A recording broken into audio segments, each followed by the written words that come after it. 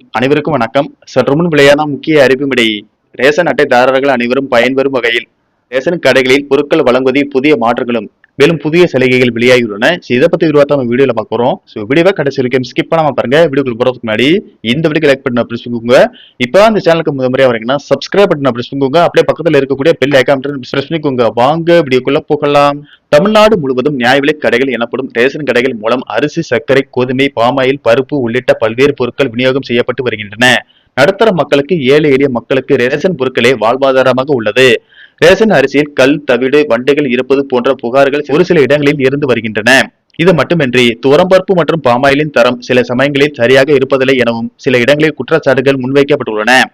மேலும் ரேஷன் கடைகளில் அரிசி உள்ளிட்ட பொருட்கள் சரியான இடையில் இல்லை எனவும் தொடர்ந்து குற்றம் சாட்டப்பட்டு வருகிறது.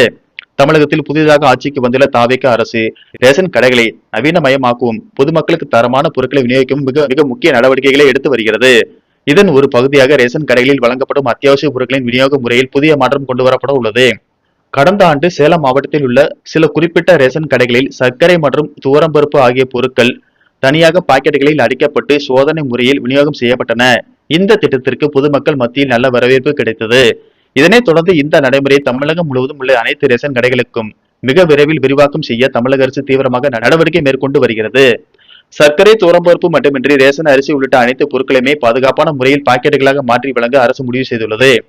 இது தொடர்பாக பேசிய தமிழக உணவுப் பொருள் வழங்கல் துறை அமைச்சர் வெங்கட்ரமணன், ரேஷன் கடைகளில் அரிசி, சர்க்கரை, பருப்பு உள்ளிட்ட பொருட்கள் பாக்கெட் மூலம் விநியோகம் செய்ய நடவடிக்கை எடுக்கப்படும் என்றார்.